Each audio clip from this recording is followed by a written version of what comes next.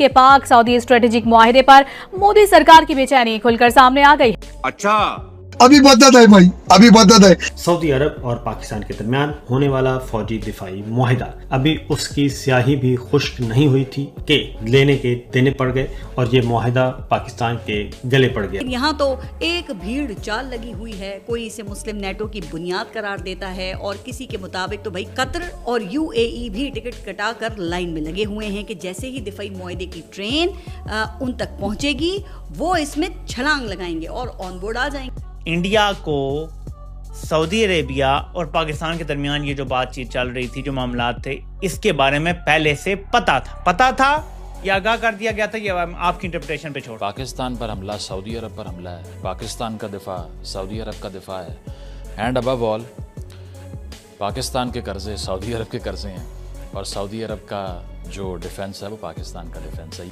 अब आप पूछेंगे कि अगर पाकिस्तान पर हमला मुआहदे की रूह से जैसा कहा जा रहा है सऊदीया पर हमला समझा जाएगा, तो क्या ऐसी सूरत में सऊदी अरब भारत पर बम और मिसाइल वगैरह बरसाएगा?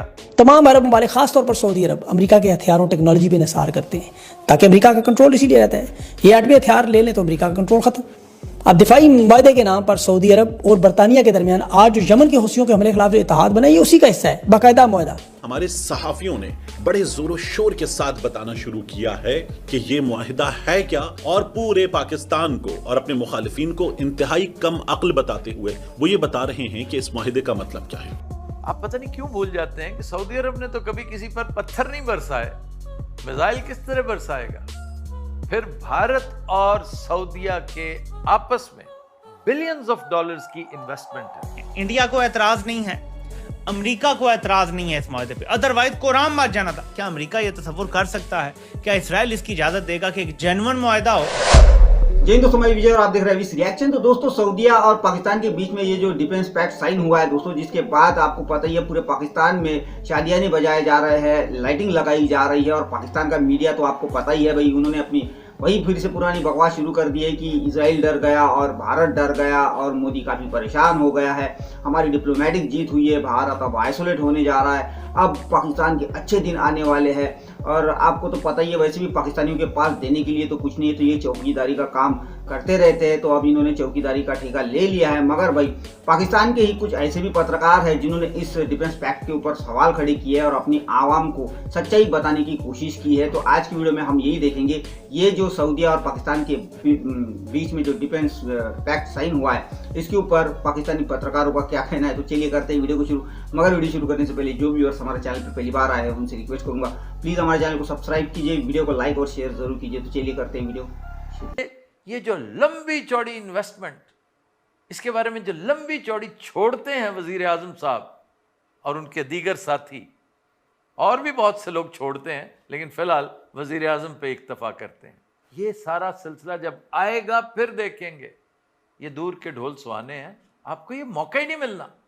आप ऐसी कामयाबियों के बिगल बजाना चाहते हैं लेकिन बजाएंगे सिर्फ बगलें, इसके अलावा और कुछ नहीं। इंडिया को सऊदी अरेबिया और पाकिस्तान के दरमियान ये जो बातचीत चल रही थी, जो मामलात थे, इसके बारे में पहले से पता था या आगाह कर दिया गया था, ये आपकी इंटरप्रिटेशन पे छोड़ता हूं।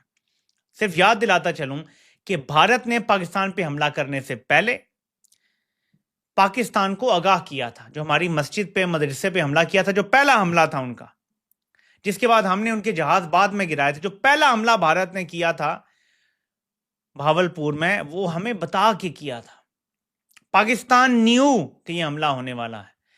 अब इंडिया कह रहा है कि हमें पहले से पता था कि सऊदी अरब और पाकिस्तान के दरमियान ये मुआहदा होने जा रहा है।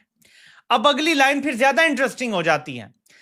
मजीद कहते हैं कि we will study the implications of this development for our national security as well as for our regional and global stability. The government remains committed to protecting India's national interest and ensuring comprehensive national security in all domains. अगर India को पहले से पता था, ये बातचीत भी हो रही थी, उन्हें पता था, तो उनका तो जवाब तैयार होना चाहिए था। वो कह रहे हैं हम अभी स्टडी करेंगे कि इसकी इंप्लीकेशंस क्या होंगी। तमाम अरब ममालिक खासतौर पर सऊदी अरब अमेरिका के हथियारों टेक्नोलॉजी पे निसार करते हैं ताकि अमेरिका का कंट्रोल इसीलिए रहता है ये एटमी हथियार ले लें तो अमेरिका का कंट्रोल खत्म। अब दिफाई मुआहदे के नाम पर सऊदी अरब और बरतानिया के दरमियान आज जो यमन के हुसियों के हमले के खिलाफ जो इत्तेहाद बना ये उसी का हिस्सा है, बाकायदा मुआहदा। ये तहत पाकिस्तान की नेवी के साथ क्यों नहीं हुआ? दिफाई मुआहदा जो कल हुआ है, ये बरतानिया के साथ उन्होंने मुआहदा क्यों सऊदी अरब ने किया? माजी में भी देखें, लिबिया और ईरान के साथ अमेरिका को जब शक पड़ा था कि न्यूक्लियर टेक्नोलॉजी पाकिस्तान फ्राहम कर है, तो डॉक्टर कदीर से पीटीपी पर बैठाकर माफ़ी मंगवाई गई थी। आपको याद होगा, पाकिस्तान की जो मईशत इस वक्त IMF के कर्जे, सारे मामला रुकना शुरू हो गए थे। अब अमेरिका सऊदी अरब को बराह रास्त कह रहा है कि हमारी फौज मौजूद है, सेंटाकॉम मौजूद है, हम आपके दिफा के लिए मौजूद हैं, खलीज की जंग में आपका किया, आपको एटमी हथियारों की जरूरत नहीं है, सियासी अस्करी तहत आपका हमारे साथ है।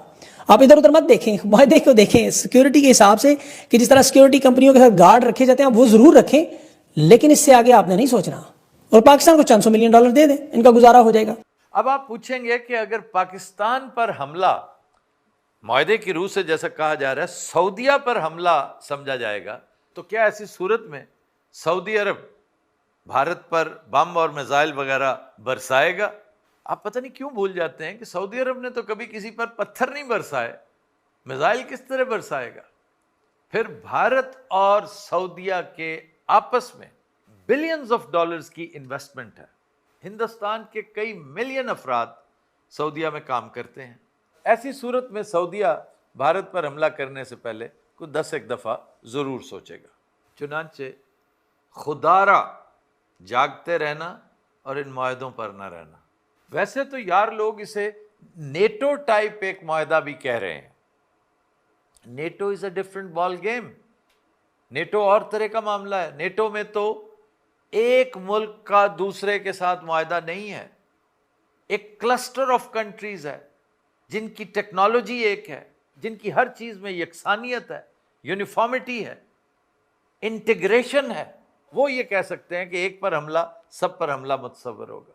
तो ट्रक की एक के बाद एक बत्ती है जिसके पीछे पाकिस्तानियों को लगा दिया जाता है। अब ये एक और ट्रक की बत्ती भी लगाया गया कि क्योंकि सऊदी अरब का और पाकिस्तान का हमारे पास देने के लिए है क्या, सवाए दिफा के, सवाए फौज के, और बचा क्या इस मुल्क में? हर चीज तो हमने तबाह कर दी है, कोई इन्वेस्टमेंट कर नहीं सकता, यहाँ पे रूल ऑफ लॉ ही नहीं है, पाकिस्तान में अमन व अमान ही नहीं है। और हम जब किसी और को कहते हैं कि हम आपकी हिफाजत करेंगे, तो क्या हम अपनी हिफाजत कर पा रहे हैं? आज पाकिस्तान के अंदर पाकिस्तान के फौजी जवान, दीगर सिक्योरिटी फोर्सेस के लोग और आम शहरी रोजाना की बुनियाद पर शहीद हो रहे हैं। कितनी जानें रोज चली जाती हैं। क्या हम पाकिस्तान को महफूज बना पाए, जो हम दूसरे मुल्कों को ये ऑफर कर सकते हैं कि हम आपको भी महफूज बनाएंगे? ये पाकिस्तान एक मुल्क, एक सिक्योरिटी कंपनी नहीं है। इंडिया को एतराज नहीं है, अमेरिका को एतराज नहीं है इस मुआहदे पे, अदरवाइज कुरान मार जाना था। क्या अमेरिका ये तसव्वुर कर सकता है, क्या इसराइल इसकी इजाजत देगा कि एक जेन्युइन मुआहदा हो जिसमें पाकिस्तान के एटमी हथियार एक अरब मुल्क के कंट्रोल में भी आ सके? यानी अरब मुल्क के दिफा के लिए जब सऊदी अरब वाली साइड से पूछा गया एक साफी ने कि इस मुआहदे में क्या पाकिस्तान के एटमी हथियार भी आपके दिफा के लिए आएंगे, तो उन्होंने कहा यस, मुकम्मल मुआहदा है, यानी टोटल स्पेक्ट्रम इसमें इस्तेमाल होगा।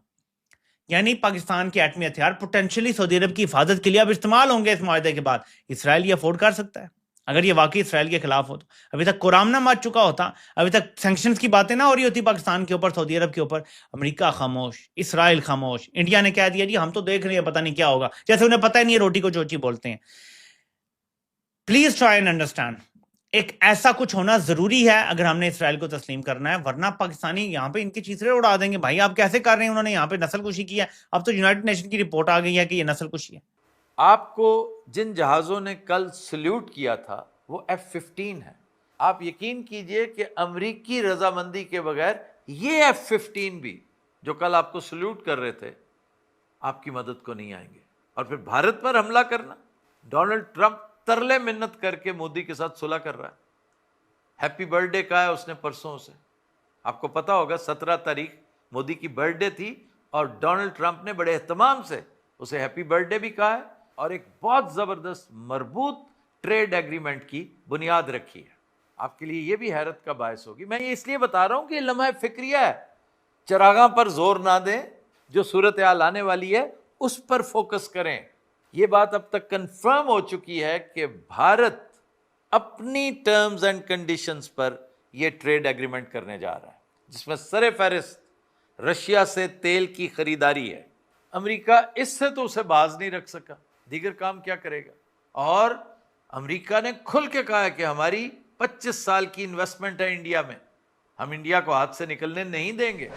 दोस्तों ये थी आज की वीडियो और अभी आपने देखा कि पाकिस्तानी पत्रकार जो भी सवाल खड़े कर रहे हैं बिल्कुल सही है। जो कि ये डिफेंस पैक्ट साइन हुआ है इसके ऊपर ना तो भारत ने सीरियस लिया है, ना ही ईरान ने सीरियस लिया है और ना ही यूएस ने सीरियस लिया। और मजे की बात यह है कि जिस दिन ये डिफेंस पैक्ट साइन हुआ दोस्तों, उस वक्त वहाँ पे जो यूएस का सेंटकॉम का अधिकारी जो था वो सऊदीया में मौजूद था, उसको इस बात का पता था। किसी को ऑब्जेक्शन नहीं है क्योंकि सबको पता है ये कुछ नहीं है, ये तो पाकिस्तानियों को जो है मामू बनाया जा रहा है एक तरीके से।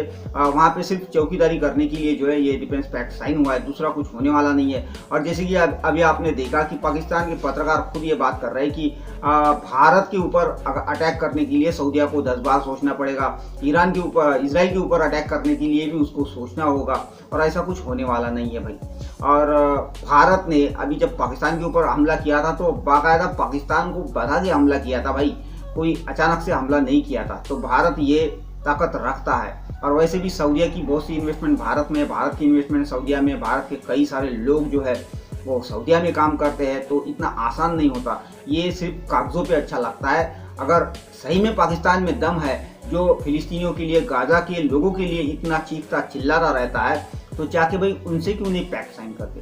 असली बात तो यह है दोस्तों, इनमें वो औकात नहीं है, इनको चाहिए पैसा, इनको भीख के सिवा इनका मुल्क नहीं चलता। और इसीलिए जो है ये सऊदीया के पीछे पड़े हुए थे कि भाई एक डील जो है कर लो, एक डिफेंस डील कर लो, तब जाके सऊदीया ने जो है इनके साथ वो डील कर ली है। हालांकि होना कुछ नहीं है, अगर इनमें दम है तो ये जाके गाजा के साथ डिफेंस पैक्ट साइन करे, तब फिर देखेंगे कि कितना पाकिस्तानियों में दम है। मगर खैर दोस्तों, ये ऐसे ही अपनी आवाम को बेवकूफ़ बनाते रहेंगे। तो ये थी आज की वीडियो, आशा करता हूँ आप सभी को अच्छी लगी होगी। तो चलिए चलते हैं, मिलते हैं अगली वीडियो में, तब तक के लिए जय हिंद।